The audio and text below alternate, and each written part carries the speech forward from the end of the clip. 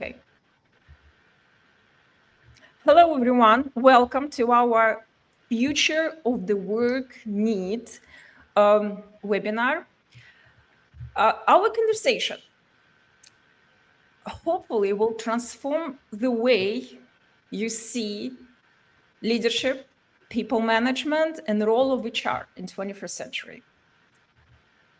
Let's be honest, burnouts, disengagement, emotional reactivity, workplace conflicts, they are not HR problem, they're human brain problem. And today we're going to look at those problems through the most cutting edge lens from the neuroscience perspective. We live in an era where talent is the most valuable asset. Also, it's the most fragile one. And today we have a lot of obstacles that really put the human brain asset at the stress. And the organization, because everything related to the creativity, emotional regulation, decision-making, collaborations, innovations, it's all human brain engined by the human brain. And organizations that will thrive in the future are the ones that treat human brain as a core organizational strategy. And the most forward-thinking organization, they're shifting from traditional HR to the more human brain-centered leadership, where HR is a core for peak performances, culture sustainability, and cognitive wellness. First of all, let me introduce you our speakers. Our first speaker is Dr. Myra. She has more than 20 years experience working in the space of organizational management. She has PhD and she has a lot of experience helping managers, C-level executive to be more successful, more efficient at their workplace. Dr. Kamran joined us from New York City. He's the director of the Brain Resource Center. He's a licensed psychologist. He focuses on clinical psychiatry and research. He applies a lot at his work, cutting edge neuroscience techniques and technologies. He has a lot of work done in the space of psychiatry, applied neuroscience, and neuropsychology. His work been published in the most reputable magazines, and he was featured in a lot of most reputable platforms. And we're very honored to have you today, Dr. Kamran. Thank you so much for being here. Okay, let's start. The first session we really have to cover and answer is what does it mean peak performance, and how to harnessing flow, what does it mean flow state, and how we can harness it, what is the best way to reach the flow state. Let's Dr. Kamran answer this question first. Okay, well, firstly, thank you for having me. Yeah, so there are, from a neuropsychological point of view, and from my perspective, peak performance in general is basically the ability to be at your best state in terms of emotional regulation and cognitive regulation. So both in terms of your affect, but also in terms of your ability to process things cognitively and perform.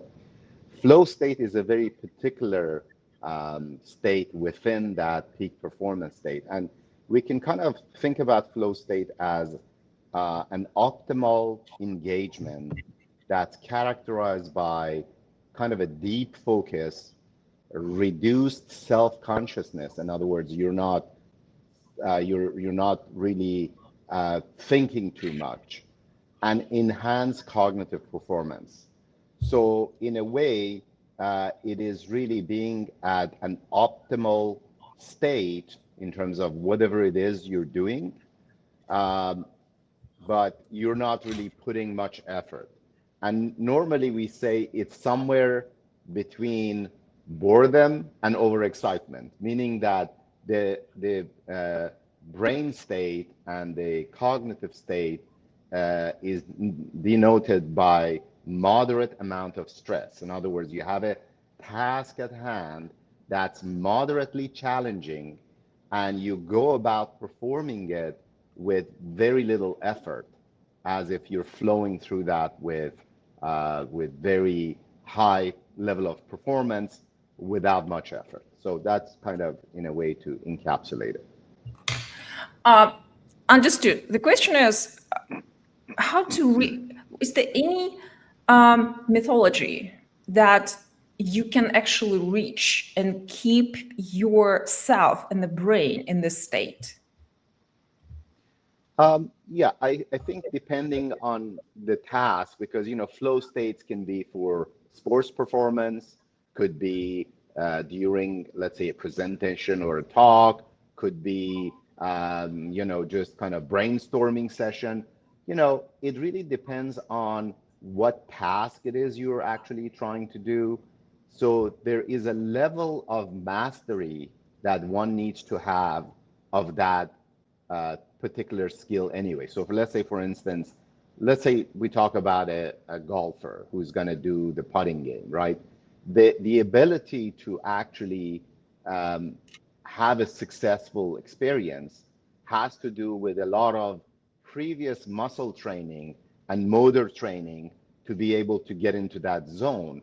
But the flow state kicks in when you are moderately challenged and you have all that training in your background, but you're moderately challenged, but your brain states is in that particular zone where you're no longer putting much effort, but you're doing a fantastic job. And there's often an experience of time distortion as well. Things happen very quickly and things happen in a very comfortable way. Now, how to get there? There are a number of elements. As I mentioned, one needs to have some level of mastery of that task from a motor and from a kind of practice point of view. Beyond that, it's all about a brain state. Now, what can we do to enter that brain state? Well, there are biomarkers actually for such states. And since we work with the EEG, we can actually monitor brain activity and actually train people how to get into those states more efficiently, more deeply, and more frequently. So an example of that would be neurofeedback, which is something we do a lot of. It's a brain-computer interface to reward and rewire brain states. It's really teaching how to enter a particular brain state. So we do that at a clinic setting. We also do it with a device that we have developed, Vital Neuro, that trains your brain how to enter into such states. But let's say if you don't have access to all that and you just want to kind of do that within an organization, for instance. So uh, things that actually help trigger, let's say for a team, is to have a kind of a balance between the skill set and the challenges. So like to keep people engaged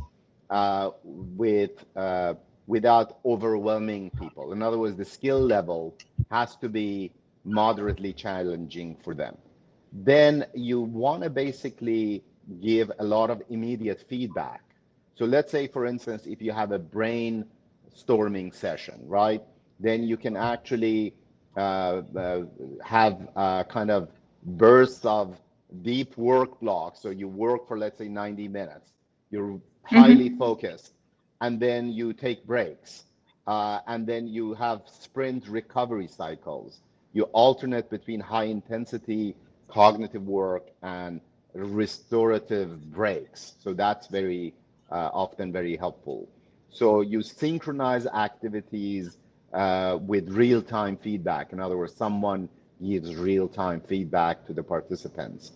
Obviously, as I mentioned, really learning how to enter those brain states efficiently and effectively is something that can be done with neurotechnology, and that's part of what we do as well.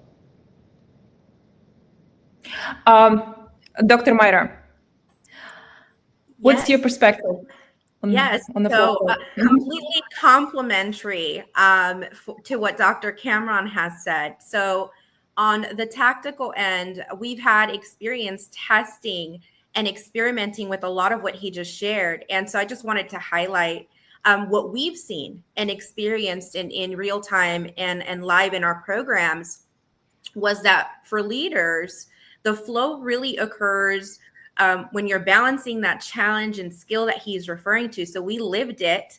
And I can confirm that, yes, that is how it works. And for those of you that don't know, we back what we do with neuroscience and test it through EEG technology as well. And so what we found was that leaders and managers, or managers who really step into leadership, act as architects of flow. And so some additional things that just partner so well with what he just shared, things like setting clear goals, pacing challenges, and ensuring immediate feedback, were some of the things that we saw in training as we were measuring performance actively in real time.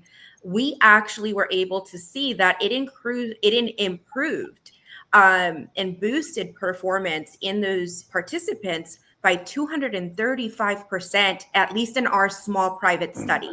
And so I just wanted to add that in because he's saying it and I've lived it, right? As somebody who's not a scientist in that space, to me, it was life altering for me as a professional and somebody who works with leaders and managers. Amazing. I would like to ask a perspective of someone who actually works with HR managers on a daily basis and who has a lot of understanding and education in the space of HR management. Kenny is the founder of the company dedicated to HR management called Altered, Global Atrium. Kenny, hi. Do you want to ask, do you have any question relating to the flow state, how can be implemented at the workspace? Or maybe you have very specific question related to the flow state. We Well, can't hear you. Oh, here you go. oh, here we go. So thank you for including me. You're welcome. I think they're both on point with their thoughts and perspective on this. One of the key things is to get the employee focused on what is important, what we need them to do, uh, getting them to buy into the vision of the company and the mission of the organization. But one of the things that the owners have to do is make sure they communicate what that vision and mission is, so they know in what direction they should be rowing. And then, I would say try to channel that focus, make it a narrow band of what it is that needs to be done instead of a plethora thing, a smorgasbord. Give them, a small plate, and here are the key things that need to be taken care of. Everything else is, fundamental. You know what? Kenny actually pointed out a very important thing. What about workload? We know that from neuroscience perspective, it's a really huge thing that creates stress, that creates all sort of mental condition. So in terms of workload, how, and from neuroscience perspective, what is the best? Dr. Myra mentioned already. So the amount of work you're trying to put on your employee is supposed to be like really in the range of basically in the best of employee performance. That wouldn't be not too hard, not too easy, but challenging enough. So how can we understand what is the best way to assess, to understand what is the best workload for a particular person from neuroscience perspective? Dr. Kamran, what do you think? Well, I think that may tap into another discussion that's like, what are some of the early signs of burnout, of chronic stress, burnout? What are some of the behavioral, cognitive, biometric changes that reflect this regulation? And Yes. some of them I can mention here. For instance, as an HR person or a manager, if you're observing, for instance, behaviors such as increased irritability, what we call decision fatigue, withdrawal from other colleagues.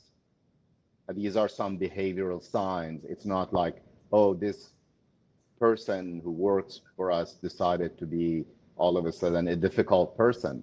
Maybe it is because they are experiencing burnout or chronic stress.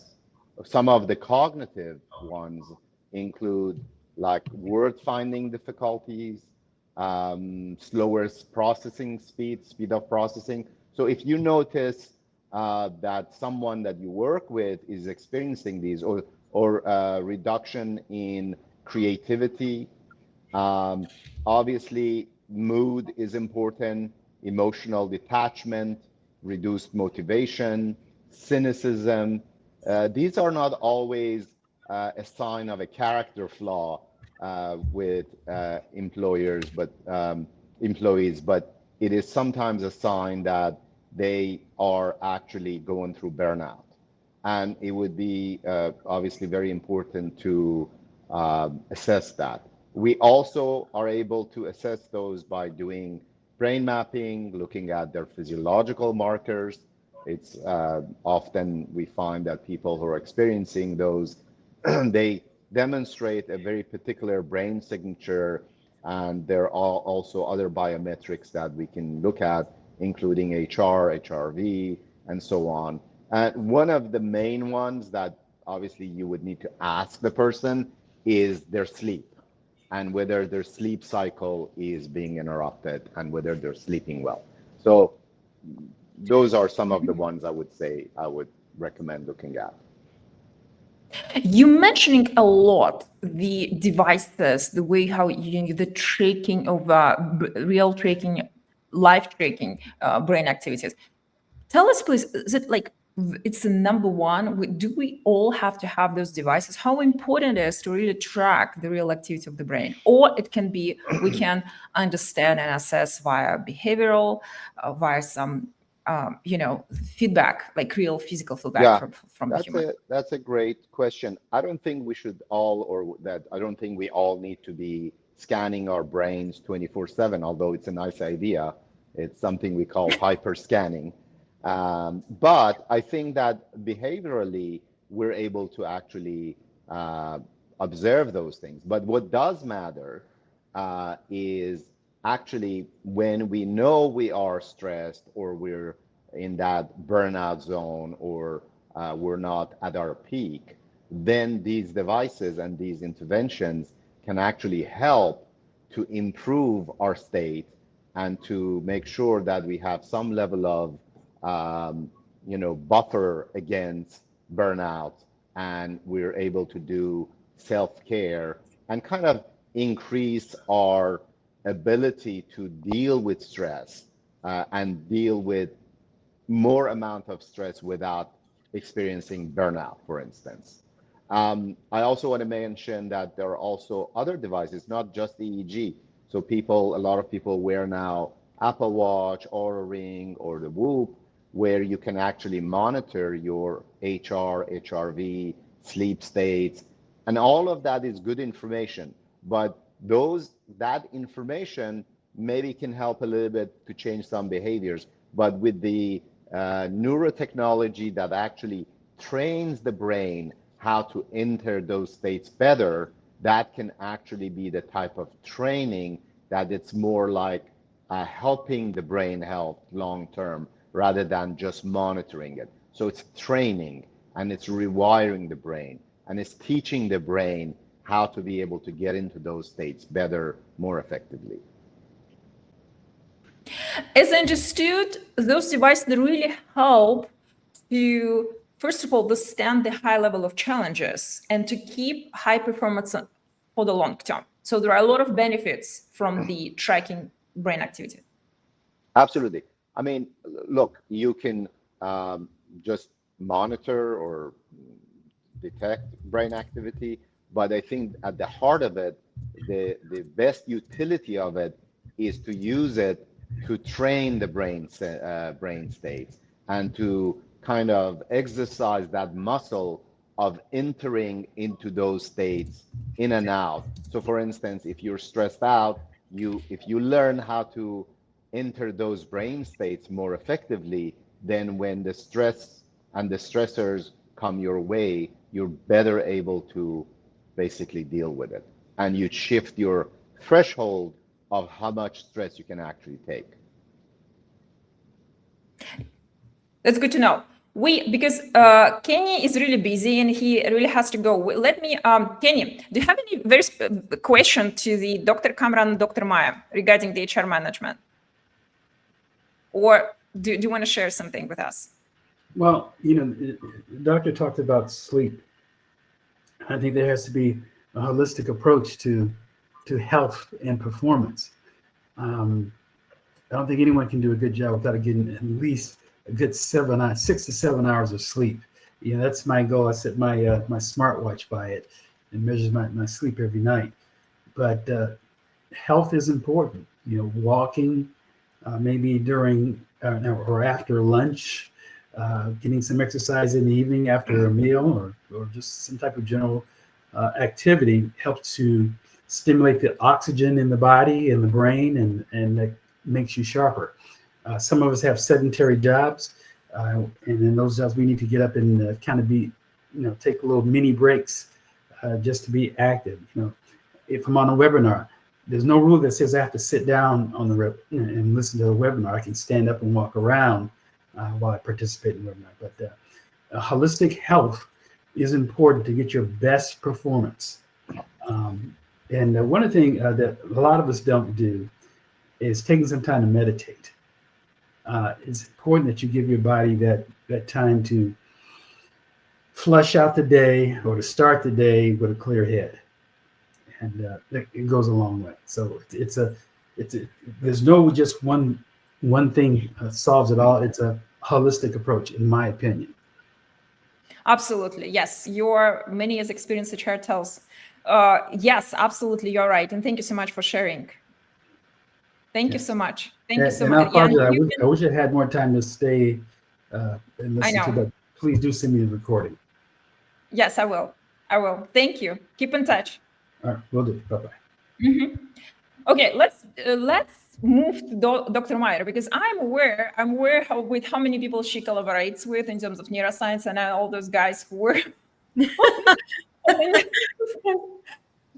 side. So let's a little bit shake Dr. Meyer, because she has a lot of great perspective and experience in terms of organizational management. Burnouts, Jesus Christ, it's a crazy important, because it feels like it's the flow state for some. So it's fascinating. I'll say that it's fascinating.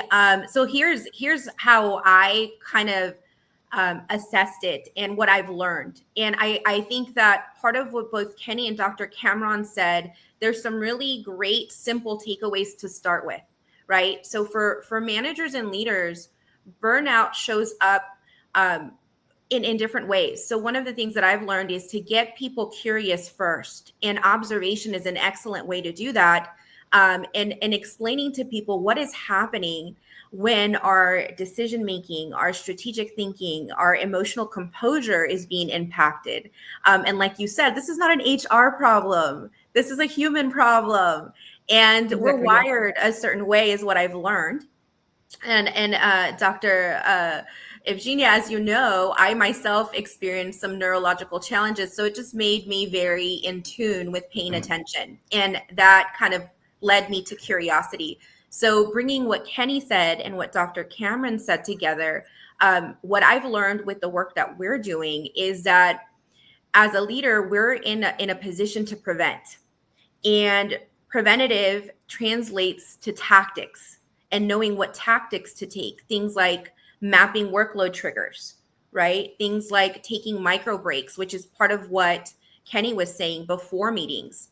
Delegating strategically to resolve brain efficiency before decision quality starts to decline. Because I think from a leadership, whether executive leadership or HR leadership perspective, our role is to activate.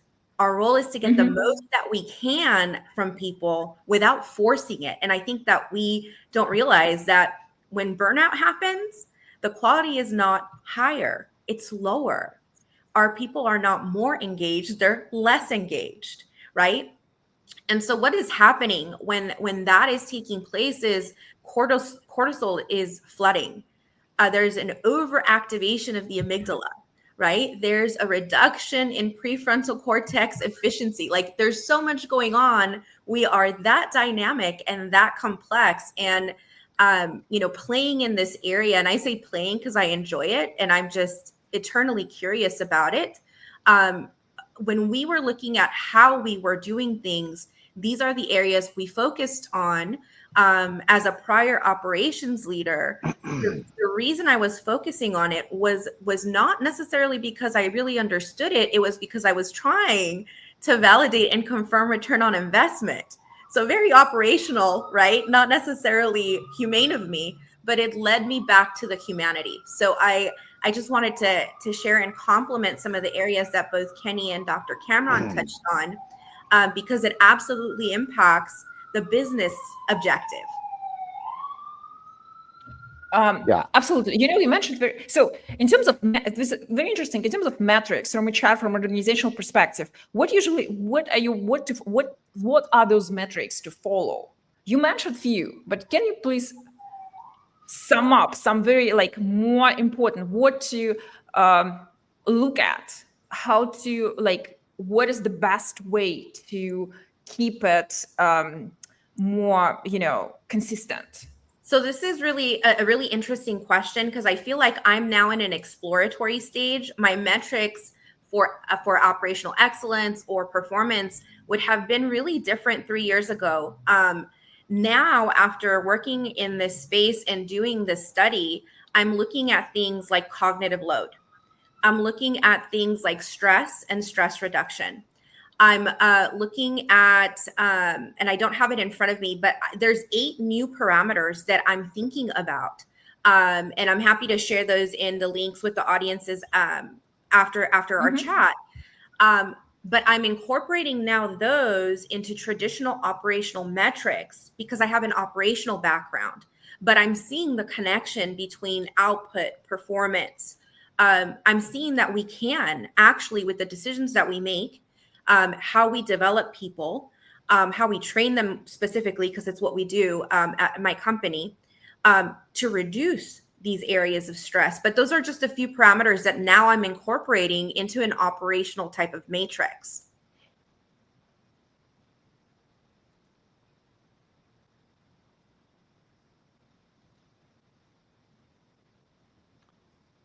That's great. My internet is really slow. Dr. Kamran, Yes. what is your perspective on the regarding the metrics for the HR managers that they Well, can be yeah. rely on?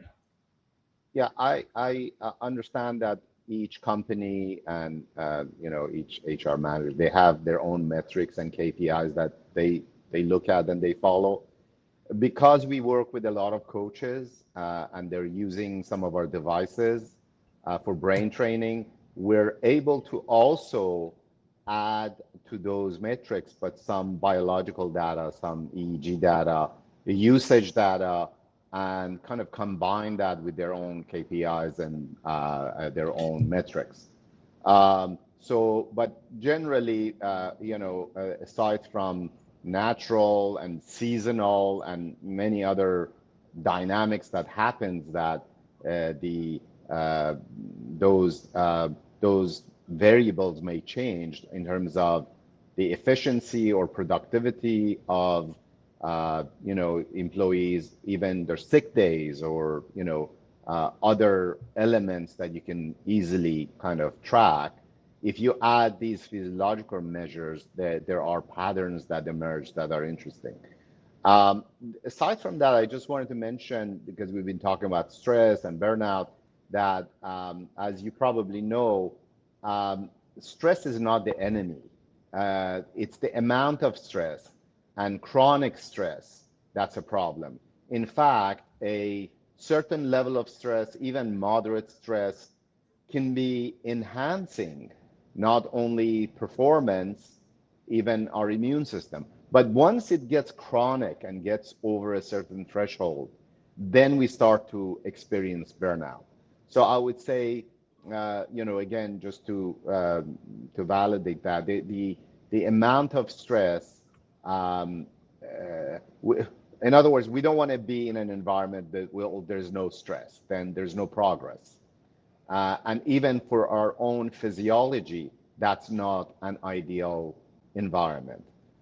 Where we have moderate amount of stress, things that are manageable, and people can be basically motivated to move towards those states, that's the best balance to have. Got you. That's very good perspective on the things. Let's move to the another, because we have a lot of questions and time goes super fast. So the neuroscience of mindfulness and how it rewires the brain for resilience and clarity. Let's talk about mindfulness. Dr. Kamran, what do you think about this question? Yeah, well, I like the question. Mindfulness is a very ideal state of mind that we often cannot get into. So, for instance, as we are here present for this particular event that we're talking, interacting, in the back of our mind, we may have other thoughts, other worries. Our mind may jump from one thing to the other. The ability to really be in this moment and to be present fully, that's really the hallmark of being a human that's in the right mindset, is to be present all the time in that particular. That doesn't mean, oh, you can't plan for the future or you cannot process learnings from the past. But what really matters from a psychological and neurological point of view, staying in this moment and being present is a very healthy brain stage to be. Now, there are also ways we can train that.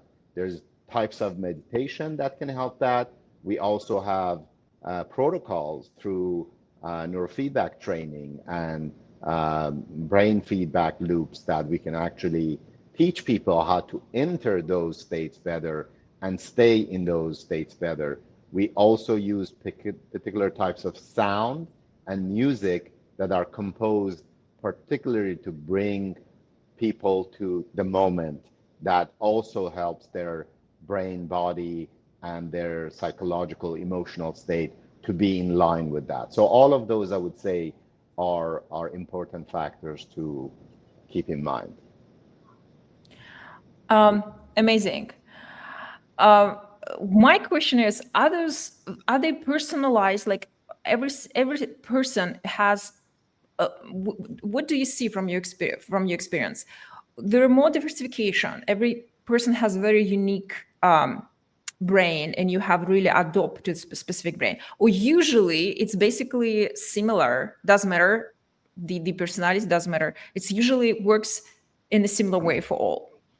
Well, What's your there are unique aspects of the human brain that have to do with the person's personality type. It has to do with the way the brain has been hardwired. So, for instance, some people who have a history of trauma, there are certain triggers, certain brain activity that may pull them away from the moment because they're constantly kind of reprocessing their traumas in the moment. They're not really here. They're still experiencing the trauma. Or for people who have anxiety, they're not really experiencing this moment. They're worried about the next moment and tomorrow and the report that's due and the, down to the laundry list of what I have to do and this and that. So all of that takes away from the ability to be in the moment. And yeah, individuals are unique with that because each person, depending on their experiences, traumas, their the kind of physiology that to begin with they had, and then how it's been trained and how it's been hardwired, all of that matters.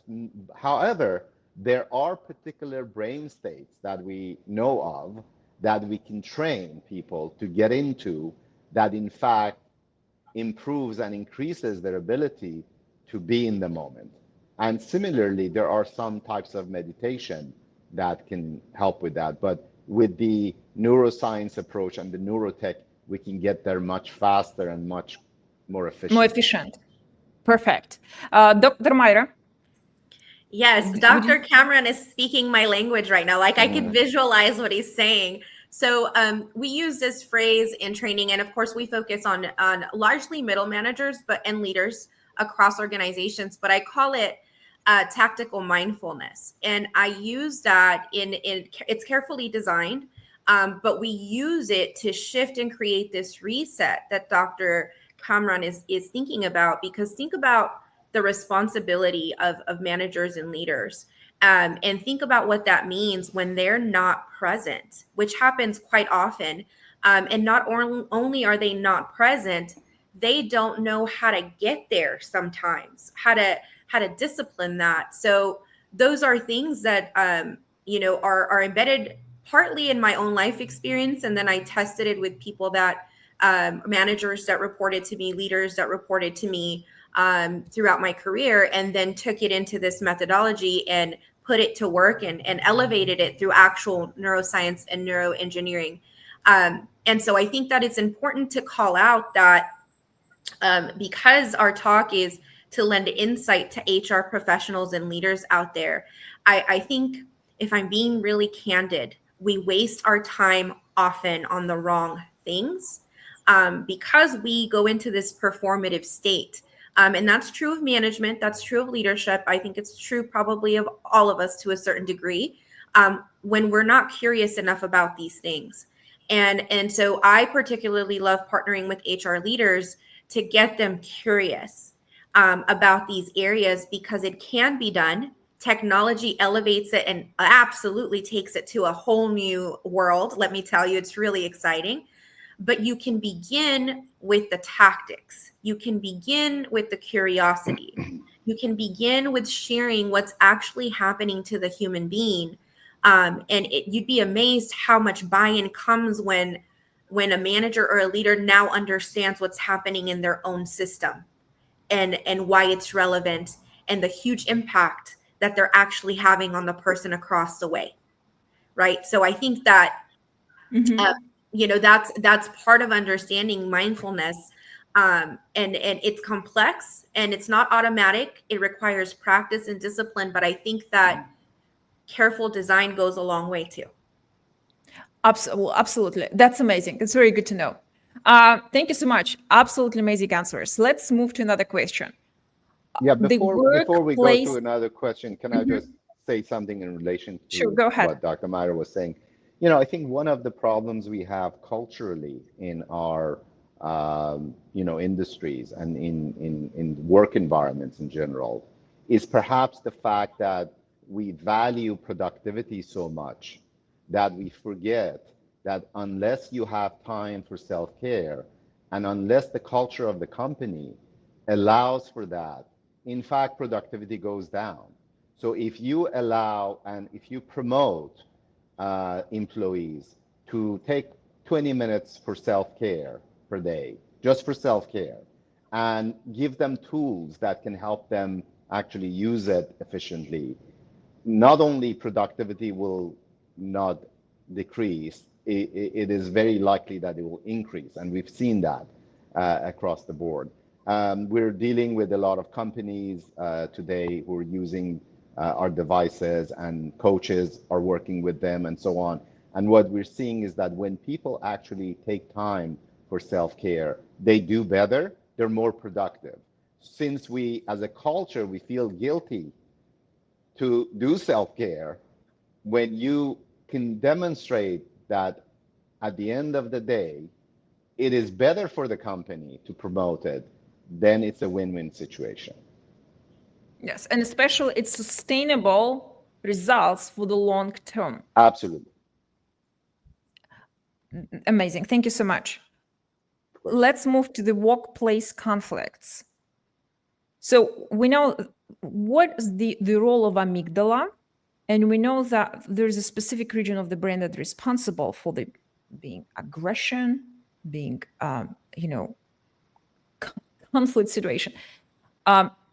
Could you please bring more light in terms of understanding how conflicts work in the brain, how does aggression come from, and what's the best way to manage and how to prevent from happening?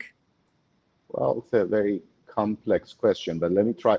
So the amygdala is part of the limbic system. That's kind of the amygdala is what we call the watchdog of the human brain. So it's what reacts very emotionally, very raw. There's no rationality. It's quick. It's aggressive. It responds.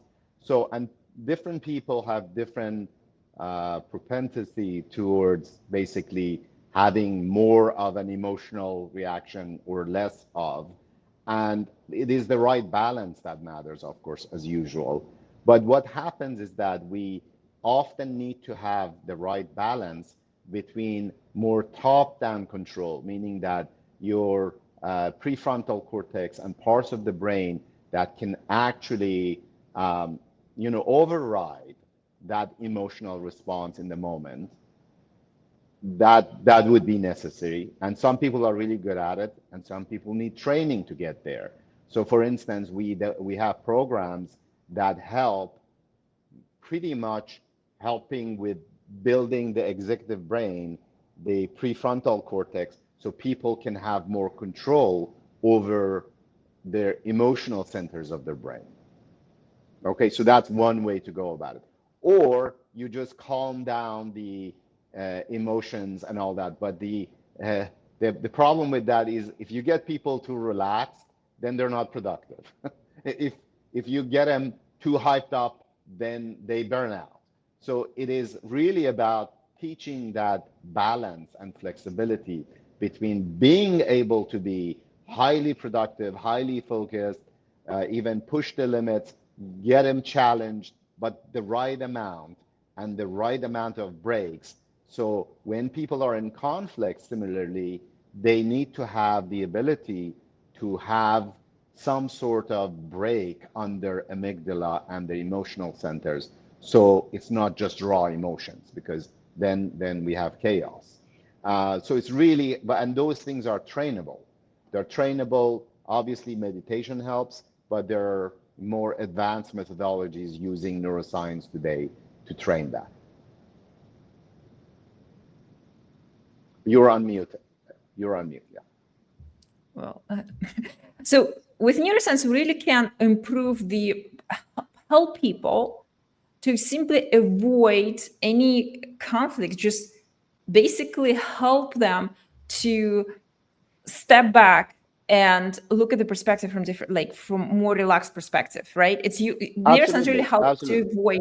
absolutely. Because conflict is not bad. How we manage conflict matters. But without conflict and different views and being challenged a bit, then we don't have progress. Yes, yes. Innovations happen when something goes wrong. That's Yeah. 100%. Dr. Myra.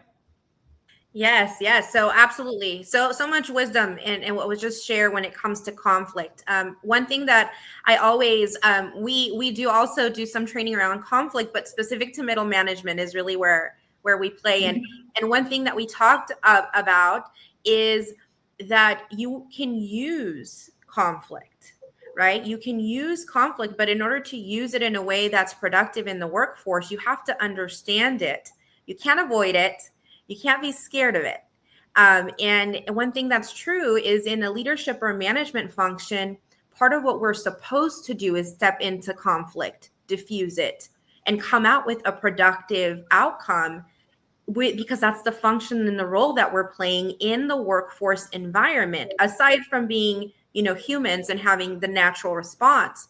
So I think that understanding that we have to have an ability in that function to respond with composure and shift people who are going to potentially be in a fight or flight mode, because that's how we're wired, right? So it's important to recognize that within those moments as leaders and managers, it's not just impacting our judgment, it's impacting our emotional tone and what we're bringing back out to a team.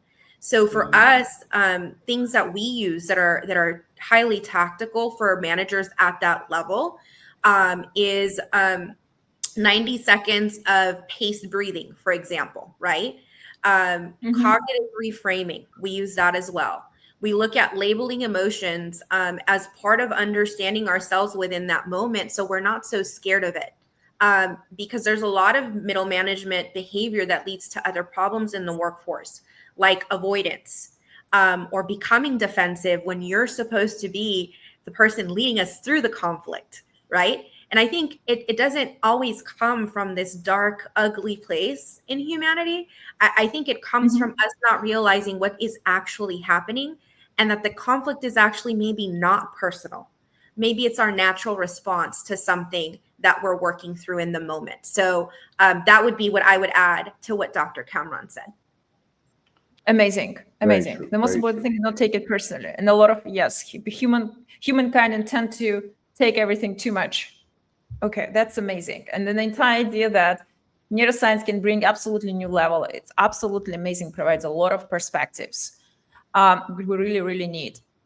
Let's talk about we actually covered a little bit the subject matter related to the harmony, team performance, cultural sustainability. Let's a little bit sum up regarding the emotional regulation, and why the emotional regulation is actually number one predictor of the team harmony. So let's talk about team harmony and what is the best way from what we know from the scientific neuroscience perspective. Dr. Cameron.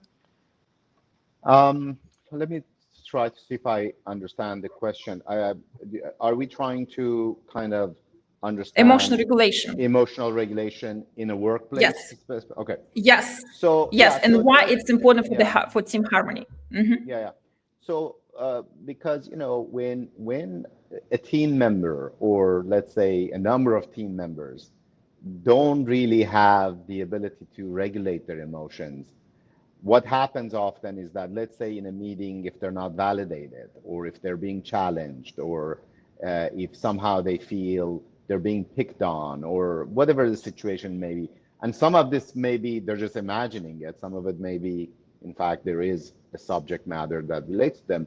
So if they cannot regulate their emotions, not only they're going to lose the grounds of having a rational and kind of a productive conversation, but these things leak into the whole group. In other words, one person is dysregulated, then very quickly another person reacts to that, and before you know it, you have chaos, and then you start to have a really negative dynamic within a team. So I think Dr. Meira was maybe mentioning this, that as people who actually manage, and they are kind of the gatekeepers of such meetings, they are the ones who need to practice the most, in my opinion, the most self-regulation, and make sure they have the best training, because they're going to have to manage other people's emotions too. And if they lose their ability to really self-regulate, then they can, it's also part of it is group dynamics. If you study group dynamics, group therapy, which obviously this is not like group therapy, but in every work environment, when you have a group of people exchanging information or trying to solve a problem, the group dynamic still has a lot of validity. And there are elements that happen within the group that often requires the leader to be very well skilled in identifying them, but also the most important thing is for that leader to be able to regulate their own emotions.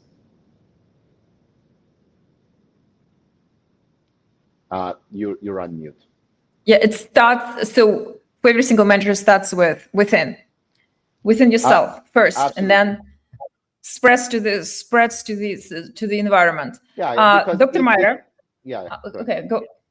Do you want to add something? You can. No, I just wanted to say, imagine if the gatekeeper and the person who's kind of the dynamics, they're looking up to this leader, not only it is their own emotions, it's also they're also modeling behavior for other people. Mm-hmm. So if that is not in place properly, it's unlikely that anything else is going to work. you mentioned a really important thing. It's like being a role model. So there is, even from psychological, from neuroscience perspective, managers actually role leaders from the rest of the company. So they have to provide good example, and that, I think that's a very important. Yeah. It's very So important. think about it this way. There is a reason why we call this term executive functions within the brain. The brain has an executive, and that executive is actually asserting regulation and control over other parts of the organization of the brain, including the amygdala we talked about. So if the executive is unable to regulate, then other parts are going to be in chaos as well. That's why I think it's important to start from there. And then, of course, it's the modeling and it's many other layers that can be also having an impact. Yeah, absolutely. Absolutely. And I can say that gatekeepers is a word that I use quite often. I use it all the time when I'm framing the effectiveness of the person within the role of management or leadership. And the other thing that I would share is there is such a thing as emotional contagion, right? Where you're creating this state that then translates to a team state. And I've seen that play out. And so one interesting thing that really highlights exactly what you've said, in our study, we were able to see that managers actually increased a 295% increase in engagement while they were in our 6-month training. The really interesting part of that was not just that.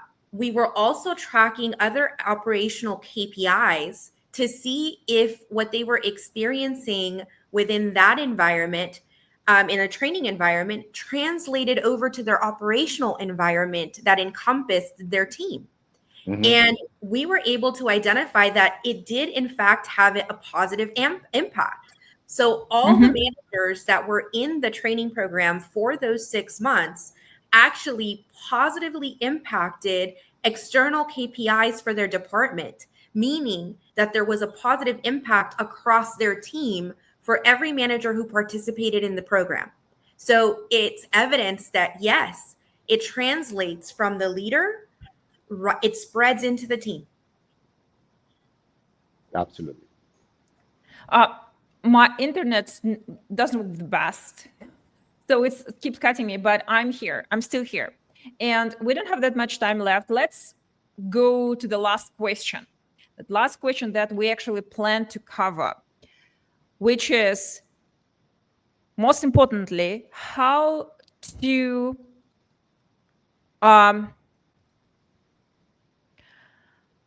include brain health into your HR strategy. So it's not just a wellness program, but a culture shift.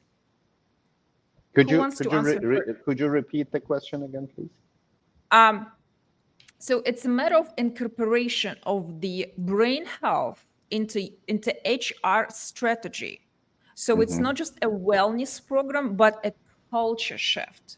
So how to make HR managers to shift perspective, to care more about human brain, about its wellness, about what can be done, about peak performances, flow absolutely. state, It's a great regulation. question. I would say get a dozen of them, of top ones, in a training, and we'll train them. And then let them go back to their team and implement it. Training is the number one thing. Yeah, because there is a lot of psychoeducation that needs to go into this. I mean, we have a lot of tools. We have neurotechnology. We have knowledge. But there needs to be, to your point, a cultural shift, an understanding, and the psychoeducation that goes with it, so they get it once the light turns out in their head and they get trained how to use these techniques and the tools, then they can go back and implement it within their own group. I will use this moment to add that we have a very special platform called 3H Brain, with a lot of courses available regarding the emotional regulation, regarding the sleep management. You can find a lot of helpful tools and helpful course on the website called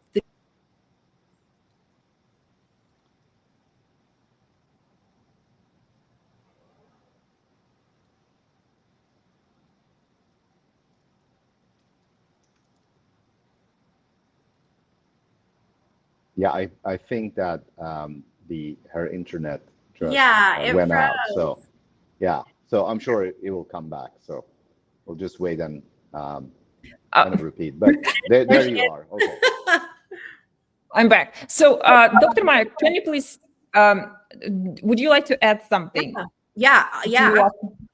So one of the things that I have found very useful is now I'm combining what I'm learning, what we're learning into kind of operational strategy, which is the core of my experience has been in leading operations. So for HR leaders from an operations infrastructure standpoint, what would complement the insights and the personal growth that Dr. Cameron is mentioning is structuring workloads to manage cognitive load, like really understanding what that can do for the business and embedding that in the things that you do day to day. Embedding high recovery time for high demand periods. We know our business. We know the seasonality. We know when there's high impact, high pressure project moments. It's a very practical way to just create space for recovery, because no matter how amazing we might be, I use this phrase all the time when I'm training. We are not robots. We need to reset. We need to recover to be optimal and to create business continuity from a financial, from an operations perspective. And last, but certainly not least, especially with everything that I've experienced the past 3 years, offering that neuroscience-based management training that's specific to managers, I think makes a distinct difference. Of course, the psychology part of it complements it, makes it even more powerful and elevates it. We are dynamic, complex, amazing humans. We should take an interest in our greatest resource. And it's always going to be our people. And that's what it comes down to from an operations leader who understands the metrics, who understands the bottom line, top and bottom. At the end of the day, when we're looking for continuity and to exist 10 years from now, this is what's going to lead to productivity and innovation. It's not widgets. It never is. And so I'll leave the conversation with those final thoughts. I love it. Absolutely. Amazing conversation. I love it so much. A lot of interesting, useful things we heard today. So thank you so much. Well, we hope we will meet again soon. We have to continue educate people regarding the subject matter. But anyhow, thank you so much. Thank you so much for being with us today. And we will close our session for the day. It's a pleasure. Thank you. Thanks. Thank you. Goodbye. Okay. So